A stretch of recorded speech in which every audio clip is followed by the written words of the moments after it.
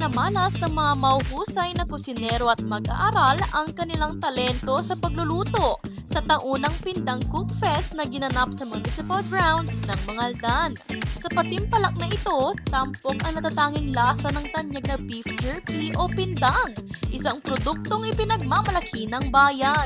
Sa ilalim ng 2 oras, 7 kupunan mula sa Business Division at School Division ang naglaban sa 2 kategorya, Food and Dish at Jerky Dish.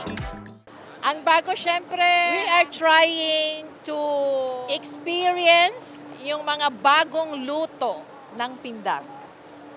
So, alam ko sa panahon ngayon, marami pa ring lumalabas na mga bagong putahe na pwedeng gawin natin sa tapa or cara beef dito sa Mangaldan.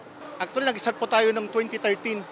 So, up to now po ay ongoing pa rin po yung atin pong ginagawang Cook Fest. Parang isa kasi sa mga purpose din po natin para dito sa ating Cook Fest ay para lang malaman ng ibang tao kung ano pa yung mga pwede pang gawin doon sa pindang po natin, yung karne po natin na pinagmamalaki ng Mangaldan.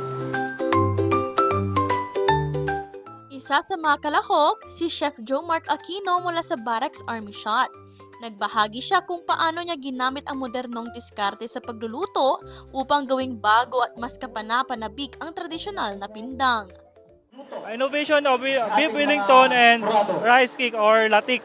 Kumbaga, one dish, we have 2 delicacy from Mangaldan, beef and rice cake or latik. Kasama rin sa patimpalak na ito ang David National High School kung saan tampok ang kanilang beef jerky a la vida. Yung inspiration po namin noon is talaga po is yung pagiging mahilig ng mga Pilipino po sa inihaw. So inihaw po talaga yung beef a la vida. And syempre, Mangaldan Festival is known for Pindang Festival po tsaka sa kalutan na dalan. Kaya talaga pong pinuhos namin siya sa kultura na meron tayo dito. Itinanghal na panalo sa high school division ang Santo Tomas Catholic School sa kanilang inihandang crispy beef strips at beef jerky teriyaki. Samantalang sa business division naman, nasungkit ng Tokyo ang first place sa kanilang malikhaing interpretasyon ng pindang sa mga Japanese dishes na nagpakita ng pagsasanib ng lokal at internasyonal na panlasa. Patuloy na ipinagmamalaki ng bayan ng Mangaldan ang kanilang pindang sa pamamagitan ng ganitong kompetisyon na hindi lamang nagpapakita ng kanilang galing sa pagluluto, kundi nagpapatibay rin ng kulturang Pangasinense. Josh Min Castaño, Balitang Solid North.